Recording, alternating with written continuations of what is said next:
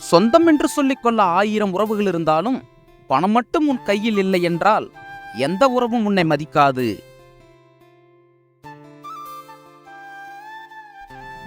பணக்காரனாக வாழ ஆசைப்படாதே, கடைசி வரை யாரிடமும் கையேந்தாமல் வாழ ஆசைப்படு.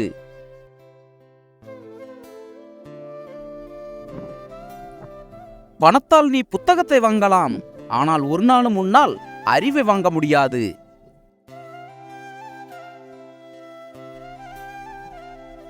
நிரந்தரமில்லாத பணத்திற்காக நிம்மதியில்லாமல் அலைவதுதான் மனித வாழ்க்கை.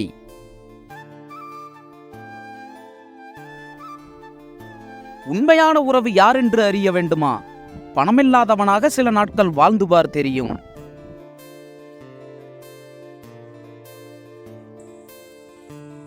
எத்தனை பேர் கைப்பட்டாலும் மனிதன் தீட்டென்று ஒதுக்காத ஒரே பொருள் பணம் மட்டும்தான்.